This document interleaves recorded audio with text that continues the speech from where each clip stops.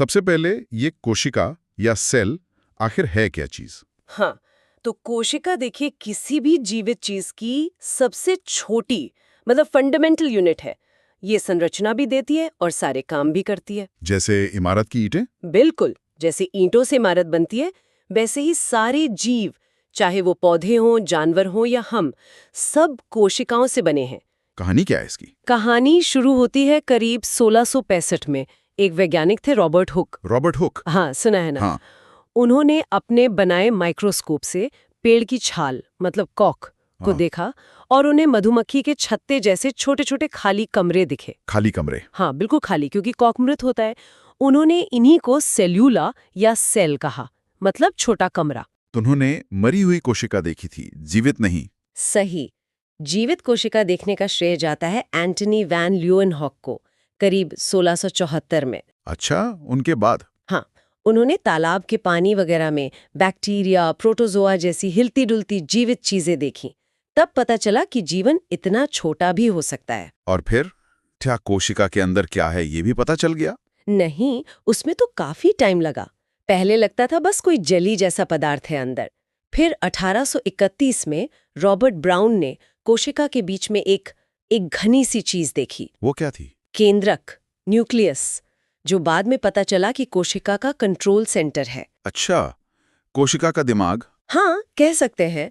और फिर पुरकिंजे ने अंदर के पूरे जीवित पदार्थ को प्रोटोप्लाज्म कहा। ठीक है, तो हुक, ल्यूवेनहॉक, ब्राउन, पुरकिंजे, इन सब खोजों से ही वो कोशिका सिद्धांत बना होगा, सेल थ्योरी। बिल्कुल, इसमें 3 मुख्य वैज्ञानिक हैं, शिल्डन, श्वान और विर्चो। हाँ।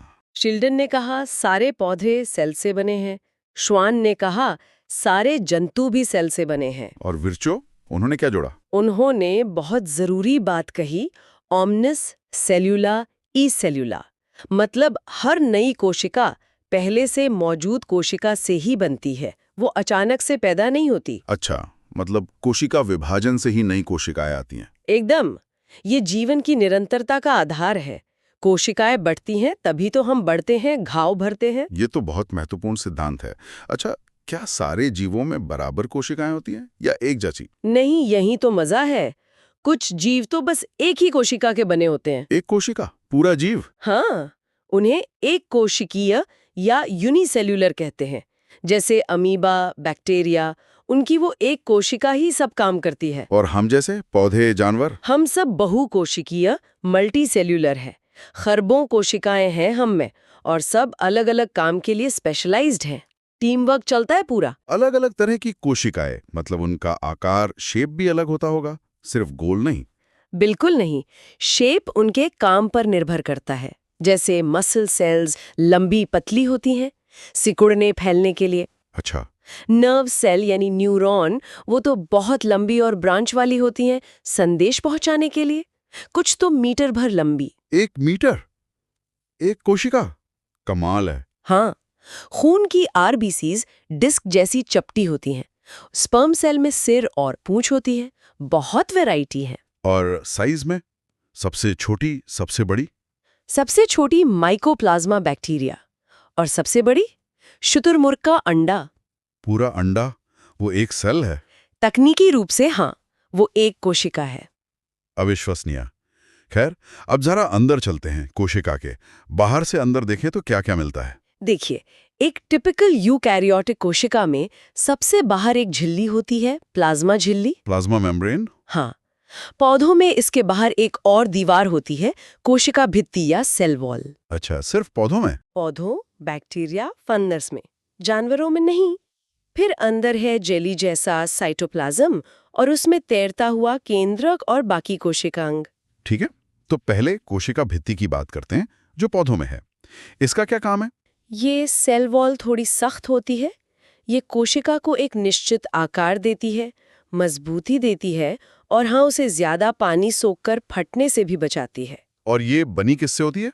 पौधों में मुख्य रूप से सेल्यूलोज से। ठीक है, अब आते हैं प्लाज्मा झिल्ली पर। ये तो सब में होती है। जी हाँ, हर जीवित कोशिका में। ये लचीली होती है, जीवित होती है, और इसका सबसे बड़ा काम है अंदर और बाहर के माहौल को अलग रखना। और ये चीजों को अंदर बाहर आने जाने देती है? हाँ, लेकिन चुन चुन कर। इसीलिए इसे चयनात्मक पारगम्य या सिलेक्टिवली परमिएबल कहते हैं। गेटकीपर। बिल्कुल। ये देखती है कि क्या अंदर आना चाहिए, क्या बाहर जाना चाहिए। तो ये अंदर बाहर भेजने के तरीके क्या हैं? कुछ पैसिव एक्टिव सुना था। हाँ, पैसिव ट्रांसपोर्ट में ऊर्जा खर्च नहीं होती। चीजें ज्यादा कंसंट्रेशन से कम की तरफ अपने आप जाती हैं। जैसे ढलान पर पानी। बिल्कुल।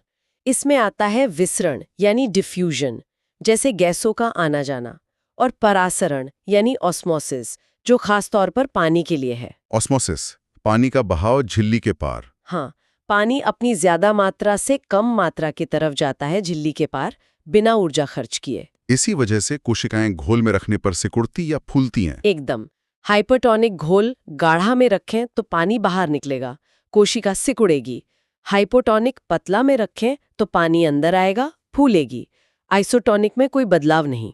और पौधों में सेल वॉल का क्या रोल है यहाँ? वो उन्हें फूलकर फटने से बचाती है, और जब पानी निकलता है तो अंदर का हिस्सा सिकुड़ जाता है, जिसे प्लाज्मोलाइसिस कहते हैं। अच्छा, ये तो हुआ पैसिव। एक्टिव ट्रांसपोर्ट क्या है? एक्टिव ट्रांसपोर्ट में ऊर्जा लगती है एटीपी के रूप में।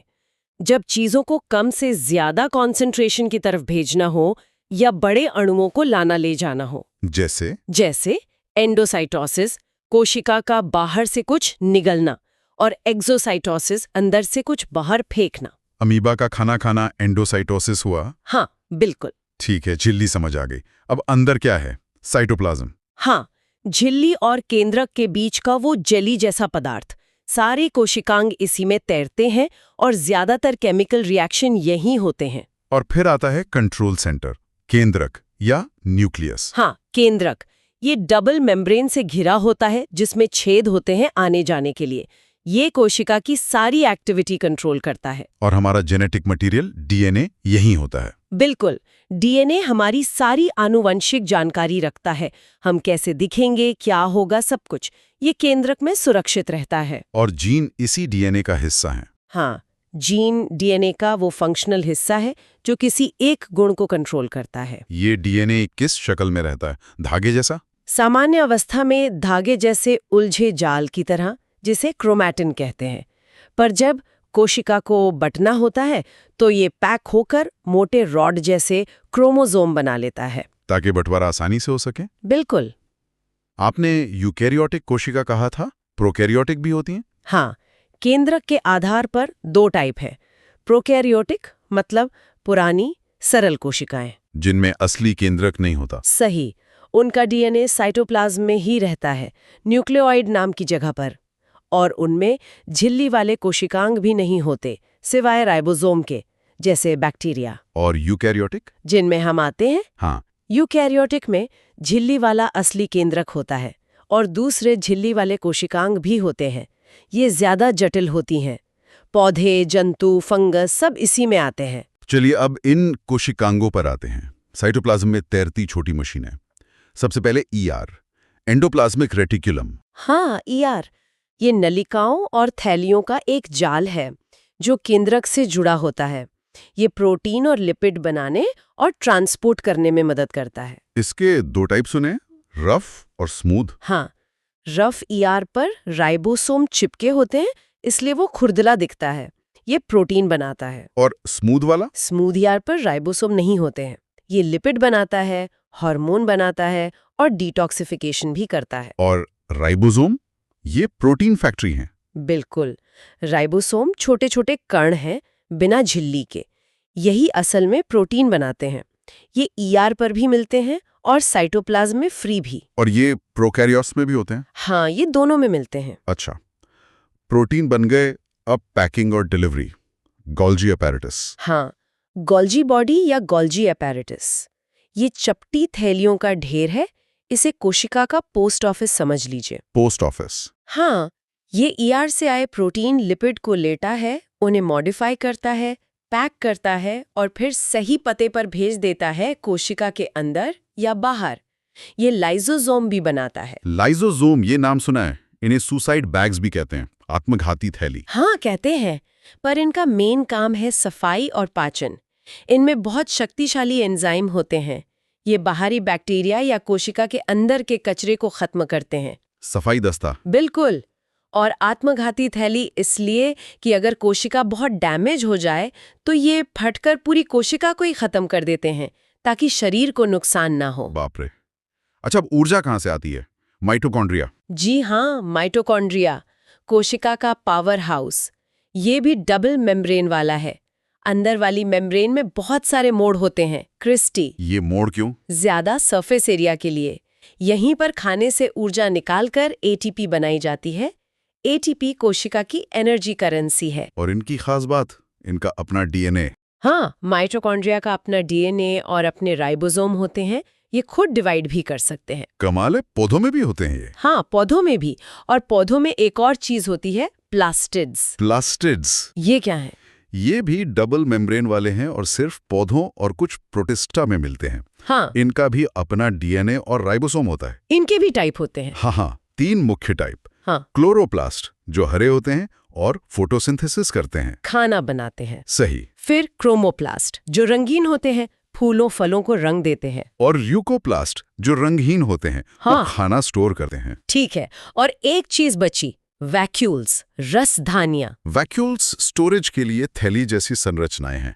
हम्म, पौधों में एक बहुत बड़ी सेंट्रल वैक्यूल होती है। बहुत बड़ी। हाँ, कोशिका का काफी हिस्सा घेर लेती है। हाँ। ये पानी, नमक, वेस्ट सब स्टोर करती है और पौधे को सीधा रखती है। और जंतुओं में? जंतुओं में ये बहुत छोटी होती हैं या होती ही नहीं। अच्छा, तो अब अगर पौधे और जंतु कोशिका में मेन अंतर बताने हो तो? 4 बातें याद रखिए। सेल वॉल पौधों में है, जंतुओं में नहीं। प्लास्टिड पौधों में है, जंतुओं में नहीं। वैक्यूल पौधों में बड़ी, जंतुओं में छोटी या नहीं। और सेंट्रियोल जंतुओं में है, पौधों में नहीं। ठीक है, ये क्लियर हो गया। और ये कोशिकाएं बढ़ती भी हैं, आपने कहा था। हाँ, कोशिका विभाजन बढ़ने के लिए, मरम्मत के लिए और प्रजनन के लिए जरूरी है। इसके क्या तरीके हैं? यूकैरियोट्स में 2 मेन तरीके हैं, माइटोसिस और मियोसिस। माइटोसिस। माइटोसिस सामान्य ग्रोथ और रिपेयर के लिए। एक सेल से 2 बिल्कुल वैसी ही सेल बनती है, क्रोमोसोम नंबर सेम रहता है। और मियोसिस? मियोसिस सिर्फ सेक्सुअल रिप्रोडक्शन के लिए होता है, गेमीट, शुक्राणु, अंडाणु बनाने के लिए। इसमें एक सेल से 4 सेल बनती हैं और क्रोमोसोम नंबर आधा हो जाता है। आधा क्यों? ताकि जब मेल और फीमेल गेमीट मिले तो बच्चे में क्रोमोसोम का नंबर फिर से पूरा हो जाए। समझ गया। माइटोसिस शरीर बनाने के लिए और मियोसिस अगली पीढ़ी। बिल्कुल। तो ये थी कोशिका की दुनिया।